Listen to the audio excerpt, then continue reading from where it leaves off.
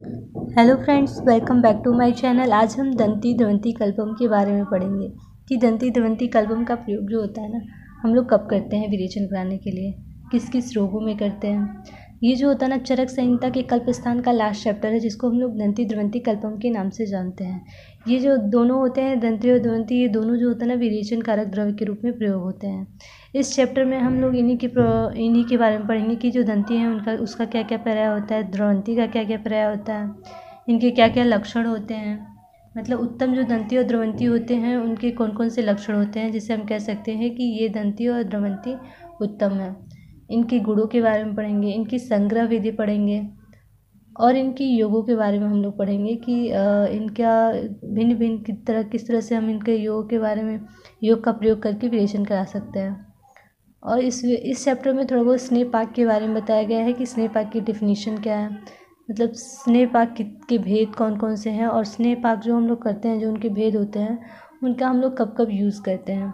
ठीक है, तो दंती और ध्रुवंती के बारे में सबसे पहले हम पढ़ेंगे कि दंती के पर्याय कौन कौन से होते हैं। ठीक है, दंती के पर्याय बहुत ज़्यादा नहीं है, इसको हम लोग इसके द्वारा याद रख सकते हैं, इस ट्रिक के द्वारा याद रख सकते हैं। सबसे पहले है दंती के पर्याय, इसको इस ट्रिक के द्वारा हम याद रख सकते हैं। उदयपुर के मुनि, ठीक है, उदयपुर के मुनि से में जो उदयपुर है उसके ऊ से उदुम्बर पढ़ने लेंगे, और द से दंती। ठीक है, मतलब दंती के पर्याय के बारे में हम पढ़ रहे हैं, तो अगर उदयपुर के मुनि अगर हमें याद है तो इसमें दिया है द से दंती हो जाएगा, तो हमें याद रहेगा कि दंती के पर्याय के बारे में हम लोग पढ़ रहे हैं। ठीक है, तो उदयपुर के ऊ से उदुम्बर, उदयपुर के ऊ से उदुम्बर पढ़ लेंगे, द से दंती लेंगे, मुनि के मौ से मुकूलक लेंगे और नी से नुकुम्ब लेंगे। इस तरह से हम याद रख सकते हैं कि जो दंती है उसकी 3 पर्याय हैं, उदुम्बर पर्णी, मुकूलक और निकुम्ब। ठीक है,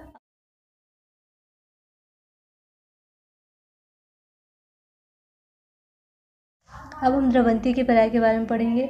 द्रवंती के पर्याय को हम लोग आसानी से याद रख सकते हैं नया मोची से। ठीक है, अगर कोई नया नया मोची बना है उसके द्वारा हम याद रख सकते हैं कि वो द्रवंती का पर्याय है। ठीक है, नया मोची, नया के नौ से नए ग्रोधी लेंगे, मोची के मौ से मुश्का हया लेंगे, और च से चित्रा लेंगे।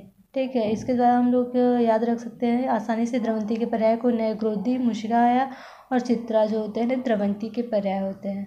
अब हम उत्तम प्रकार के दंती और ध्रुवंती के लक्षण के बारे में पढ़ेंगे कि उनमें कौन कौन से लक्षण होंगे, तो हम ये मान लेंगे कि ये उत्तम प्रकार के दंती और ध्रुवंती हैं, जिनका प्रयोग हम लोग विरेचन कराने के लिए कर सकते हैं। उत्तम दंती और ध्रुवंती के लक्षण। जो उत्तम प्रकार के दंती और ध्रुवंती होते हैं वो स्थिर होते हैं। ठीक है, मतलब हम कह सकते हैं कि वो सारयुक्त होते हैं, बहल होते हैं, हस्ती दंत के समान होते हैं।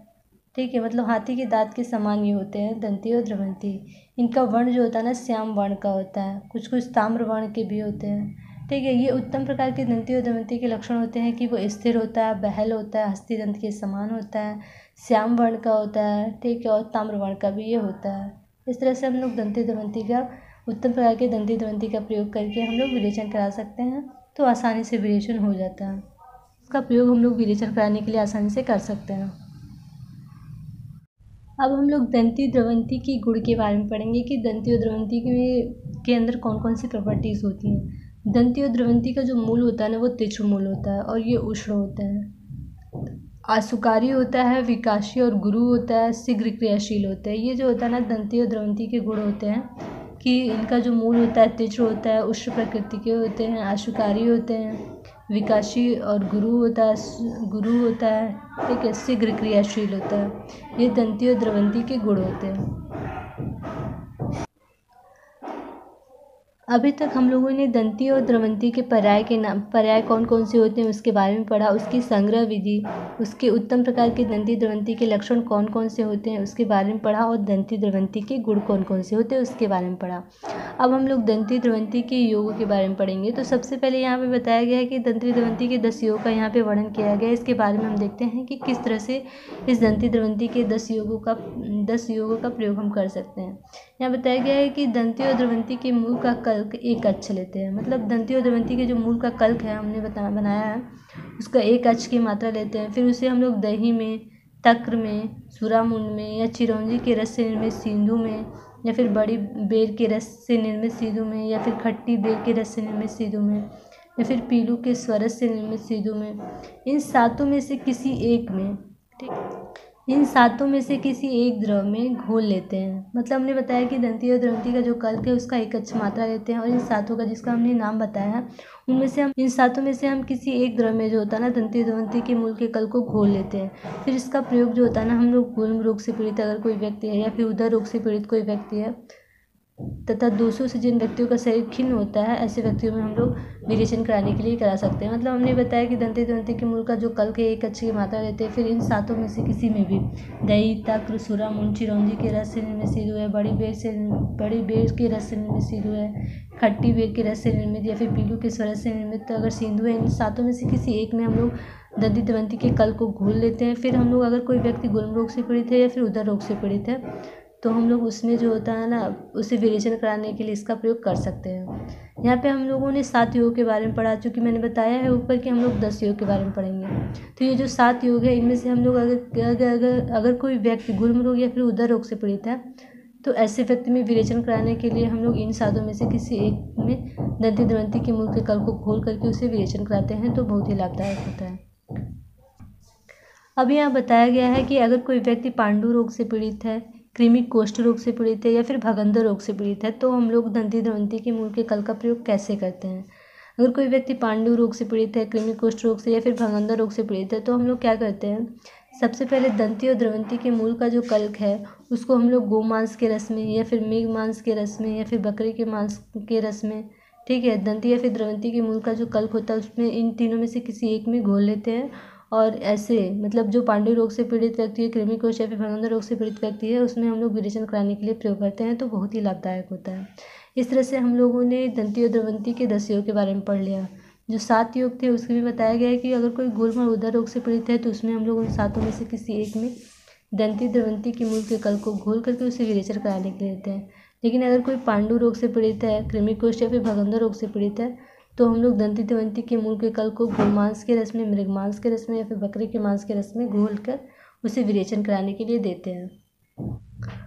अब हम लोग दंती द्रवंती के 3 लेह योग के बारे में पढ़ेंगे। अभी हम लोग 10 योग के बारे में पढ़ा, हम लोग 3 लेह योग के बारे में पढ़ेंगे कि इसका निर्माण हम लोग कैसे करते हैं जिसका प्रयोग हम लोग विरेचन कराने के लिए देते हैं। इसमें हम लोग क्या करते हैं, जो दशमूल है, बहेड़ा और हरड़ है के क्वाथ में दंती और द्रवंती के कल्प को दे करके अवलेह बनाना चाहिए। मतलब हम लोग क्या करते हैं, लेह का प्रयोग कैसे करते हैं इसमें बताया गया कि दशमूल, बहेड़ा और हरड़ का जो क्वाथ होता है उसमें हम लोग दंती द्रवंती के कल्प डाल करके उसका अवलेह बनाते हैं और उसका प्रयोग हम लोग विरेचन कराने के लिए करते हैं। अब उत्कारिका के बारे में बताया गया है कि उत्कारिका का प्रयोग हम लोग, उत्कारिका का निर्माण हम लोग कैसे करते हैं। इसमें बताया गया है कि दंती और द्रवंती की जड़ का क्वाथ 3 का मतलब यहाँ पे बताया गया कि अब हम लोग उत्कारिका का निर्माण कैसे करते हैं जिसका प्रयोग हम लोग विरेचन कराने के लिए करते हैं। उत्कारिका का निर्माण करने के लिए हम सबसे पहले क्या करते हैं कि जो दंती और द्रवंती के जड़ का क्वाथ है उसके क्वाथ का 3 भाग लेते हैं। मिश्री भी उसी के बराबर लेते हैं, मतलब मिश्री भी 3 भाग लेते हैं और गेहूँ का आटा जो होता है ना 1 भाग लेते हैं। इन्हें एक में पका करके उत्कारिका बनाना चाहिए। मतलब हम लोग दंती द्रवंती की जड़ का क्वाथ लेते हैं, उसका 3 भाग लेते हैं, मिश्री का भी 3 भाग लेते हैं और गेहूँ के आटे का 1 भाग लेते हैं और तीनों को एक में मिला करके उसे हम लोग पका लेते हैं। उसी को हम लोग उत्कारिका कहते हैं। इस तरह से अगर हम लोग किसी को विरेचन कराना होता है तो उस उत्कारिका को हम लोग खिलाते हैं तो उसमें विरेचन हो जाता है। अब हम लोग मोदक का प्रयोग कैसे करते हैं, मतलब मोदक का निर्माण हम लोग कैसे करते हैं जिसका प्रयोग हम लोग विरेचन कराने के लिए कर सकते हैं, इसके बारे में यहाँ पे बताया गया है। मोदक के बारे में यह बताया गया है कि दंती और द्रवंती के विधिवत बनाए गए क्वाथ का 3 भाग, 2 भाग चीनी और 1 भाग गेहूं के आटे को आग पर पकाकर मोदक बनाए हुए विरेचनार्थ में। मतलब जैसे उत्कारिका के बारे में बताया गया ठीक वैसे ही यहाँ पे बताया गया है कि दंती और द्रवंती से विधिवत बना हुआ जो क्वाथ है उसका 3 भाग लेते हैं और चीनी 2 भाग लेते हैं और 1 भाग गेहूँ का आटा लेते हैं। फिर उसे मिक्स करके आग पे पका लेते हैं तो मोदक का निर्माण हो जाता है और इस मोदक का भी प्रयोग हम लोग विरेचन कराने के लिए करते हैं। मध्य दंती और द्रवंती के मूलों द्वारा यथाविधि निर्मित क्वाथ को संधान कर मध बनाएं। मतलब दंती और द्रवंती का जो मूल है उसको यथाविधि द्वारा उसका क्वाथ बनाते हैं, फिर उसको संधान करने के लिए रख देते हैं और उससे इस तरह से संधान कर मध बना लेते हैं और उसका प्रयोग हम लोग विरेचन के लिए करते हैं। मतलब इस तरह से हम लोग लेह का प्रयोग, उत्कारिका का प्रयोग और मोदक के निर्माण के बारे में पढ़ा। हम लोगों ने मध का निर्माण दंती और द्रवंती से कैसे बनाएंगे जिसका प्रयोग हम लोग विरेचन करने के लिए लेते हैं, इसके बारे में भी हम लोग पढ़ चुके हैं। अब यहाँ दिया है कि सभी ऋतुओं में प्रयोग करने योग्य द्रव, मतलब किसी भी ऋतु में अगर हम लोग दंती द्रवंती का प्रयोग करते हैं विरेचन कराने के लिए, तो इसके साथ साथ हम किस किस चीज़ का प्रयोग करके हम लोग उसका विरेचन कराने के लिए लेते हैं। तो यहाँ पे बताया गया कि हम इसका प्रयोग जो होता है ना, हम लोग सभी ऋतु में कर सकते हैं। जैसे यहाँ बताया गया कि दंती का मूल लेते हैं, द्रवंती का मूल लेते हैं, मरीच लेते हैं, अजवाइन लेते हैं, उपकुच्चिका जिसको हम लोग मंगरैल नाम से जानते हैं, तो मंगरैल लेते हैं, सोंठ लेते हैं, हेमदुग्धा मतलब भड़भाड़ जो होता है, भड़भाड़ का मूल लेते हैं, और चित्रक लेते हैं। मतलब इसका प्रयोग जो होता है ना, हम लोग विरेचन कराने के लिए किसी भी ऋतु में कर सकते हैं। दंती द्रवंती के मूल लेते हैं, मरीच, अजवाइन, मंगरैल, सोंठ, भड़भाड़ का मूल और चित्रक का प्रयोग करते हैं। इन सभी द्रव्यों को हम लोग समान मात्रा में लेते हैं, ठीक है, और उसका चूर्ण बना लेते हैं। 7 दिन तक हम लोग क्या करते हैं, गोमूत्र का भावना लेते हैं, और इस तरह से जो होता है ना, इस तरह से हम लोग जब इसका निर्माण कर लेते हैं तो 1 कश की मात्रा हम घृत के साथ पिलाने के लिए देते हैं। मतलब किसी भी ऋतु में इसका प्रयोग कर लेते हैं हम लोग, किसी भी ऋतु में इन सभी का चूर्ण बना लेते हैं, समान मात्रा में सबको लेते हैं। फिर 7 दिन तक गोमूत्र से उसकी भावना लेते हैं। फिर जब वो भावना दे देने के बाद 1 कश की मात्रा लेकर घृत के साथ पिलाते हैं, जिसमें हमें विरेचन कराना होता है। जब औषध पच जाती है, मतलब जब हम उसे ये औषधियाँ देते हैं, जब ये औषध पच जाती है, फिर हम कह सकते हैं जब अच्छी प्रकार से विरेचन हो जाता है तो उसे हम लोग तर्पण पिलाते हैं। यह सभी रोगों को दूर करने में मुख्य होता है। मतलब इसका प्रयोग जो होता है ना, हम लोग विरेचन कराने के लिए लगभग सभी रोगों में देते हैं। जैसे कि यहाँ पे बताया गया है कि अजूरी रोग से अगर कोई पीड़ित है तो भी इसका प्रयोग हम लोग कर सकते हैं। अगर किसी की पसलियों में पीड़ा है तो भी इसका प्रयोग कर सकते हैं। अगर कोई गुल्म रोग से पीड़ित है, प्लीहा रोग से पीड़ित है, उदर रोग से पीड़ित है, गंडमाला है, या फिर अगर कोई वात रोग से पीड़ित है, या फिर पांडु रोग से पीड़ित है, तो भी हम लोग इसका प्रयोग कर सकते हैं। मतलब इसका प्रयोग हम लोग किसी भी ऋतु में और लगभग ज़्यादातर रोगों में जो होता है ना, इसका प्रयोग हम लोग विरेचन कराने के लिए कर सकते हैं। जैसे कि मैंने आपको बताया है कि दंती और दंती का मूल लेंगे, मरीच लेंगे, अजवाइन लेंगे, मंगरैल लेंगे, सोंठ और भड़भाड़ का मूल और चित्रक लेंगे। इनका समान मात्रा में लेते हैं, फिर चूर्ण बना लेते हैं, ठीक है। फिर उसको 7 दिन तक गोमूत्र से भावना देते हैं। ये बनाने की विधि बहुत ही आसान है। इसको हम लोग बना करके किसी भी ऋतु में जो होता है ना, 1 कश की मात्रा लेकर उसको घृत के साथ पिलाते हैं तो आसानी से विरेचन हो जाता है। इसका प्रयोग हम लोग किसी भी ऋतु में कर सकते हैं। दंती द्वंती कल्पम स्टार्ट करने के पहले ही मैंने आपको बताया है कि इस चैप्टर में स्नेह सिद्धि मतलब के बारे में भी बताया गया है। यहाँ पे हम लोग स्नेह सिद्धि की परिभाषा सबसे पहले पढ़ेंगे कि इससे रिलेटेड एक श्लोक है, जल स्नेह औष्ठानां तु प्रमाणं यत्र नेरितं तत्र स्याद् औषधात् स्नेह स्नेहतोऽयं चतुर्गुणम्। ठीक है, ये स्नेह सिद्धि की परिभाषा। अगर स्नेह सिद्धि की परिभाषा आता है तो ये हम लिख सकते हैं। जिस स्नेह आदि के सिद्ध करने में जल स्नेह औषध का प्रमाण न बताया गया हो, वहाँ औषध से चतुर्गुण स्नेह और स्नेह से चतुर्गुण जल लेना चाहिए। मतलब यहाँ पे बताया गया है कि अगर स्नेह के सिद्ध करने में जल स्नेह और औषध का प्रमाण नहीं बताया गया तो जितना हम औषध लेते हैं उससे चतुर्गुण स्नेह लेते हैं, और स्नेह जितना लेते हैं उससे चतुर्गुण जो होता है ना हम लोग जल लेते हैं। इसी को हम लोग स्नेह सिद्धि की बात बताते हैं। अब यहाँ पे हम लोग रेफरेंस डाल सकते हैं, जैसे कि मैंने बताया कि ये चरक संहिता के कल्प स्थान का लास्ट चैप्टर, मतलब ये 12वां चैप्टर है। ठीक है, इस तरह से हम चरक कल्प 12 डाल सकते हैं। स्नेह सिद्धि के बारे में मैंने ये बताया है कि अगर किसी स्नेह की सिद्धि करनी है, उसमें जल और स्नेह और औषध का प्रमाण नहीं बताया गया है, तो जितना हम लोग औषध लेते हैं उसका 4 गुना हम लोग स्नेह लेते हैं, और स्नेह जितना लेते हैं उसके 4 गुना हम लोग जल लेते हैं। यही स्नेह सिद्धि के बारे में होता है। अब हम लोग स्नेह पाक के 3 भेद हैं, इसके बारे में पढ़ेंगे। स्नेह पाक जो होता है ना उसके 3 भेद होते हैं। स्नेह पाक के 3 भेदों के बारे में बताया गया है कि मृदु होता है, मध्य होता है और खर होता है। इस तरह से स्नेह पाक के 3 भेद होते हैं। जब औषध का कल्क निर्यास के समान हो जाए तो स्नेह का मृदु पाक समझना चाहिए। मतलब जब औषध का कल्क जो होता है ना, मतलब जब औषध का निर्माण हम लोग करते हैं, जब उसका जो कल्क होता है वो निर्यास के समान हो जाता है, तो हमें समझना आना चाहिए कि वो मृदु पाक हो चुका है। जब औषध का कल्क जो होता है ना, पहले बताया है कि जब औषध का कल्क जो होता है ना निर्यास के समान हो जाता है तो हमें मृदु पाक हो गया, ये समझना चाहिए। जब औषध का कल्क जो होता है ना सयाव मतलब हम कह सकते हैं हलवे के समान हो जाता है तथा कलछुल में सटता नहीं है, तो उसे हमें मध्य पाक समझना चाहिए।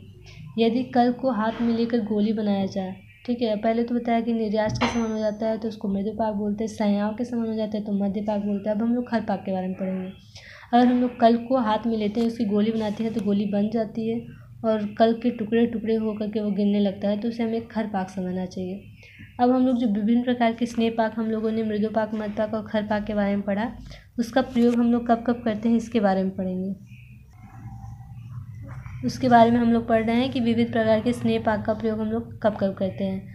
जैसे कि अभ्यंग अगर हमें किसी का करना है तो अभ्यंग काल में हम लोग खरपाक का प्रयोग करते हैं। अगर नश्य क्रिया कर रहे हैं हम तो नश्य क्रिया में मृदुपाक का प्रयोग करेंगे। अगर हम लोग नश्य क्रिया कर रहे हैं तो नश्य क्रिया में हम लोग मृदुपाक करेंगे। पीने के लिए तथा वस्ती क्रिया में मध्यपाक स्नेह का प्रयोग करना चाहिए। इस तरह से हम लोग ने स्नेहपाक के जो 3 भेद होते हैं उसका प्रयोग जो होता है ना हम लोग कब कब करते हैं इसके बारे में हम लोगों ने पढ़ लिया। अब हम लोग दंती द्वंती कल्पम के जो 48 योग होते हैं उसके बारे में पढ़ेंगे। इसके बारे में हम लोग डिटेल नहीं पढ़ेंगे लेकिन इसके बारे में थोड़ा बहुत मैं आपको बता देती हूँ। दंती और द्वंती कल्पम जो होता है ना उसके टोटल 48 योग होते हैं। इनको 3 षोडश में बांटा गया, प्रथम, द्वितीय और तृतीय। प्रथम षोडश में 16 बताया गया, द्वितीय में 16 बताया गया और तृतीय में भी 16 बताया गया।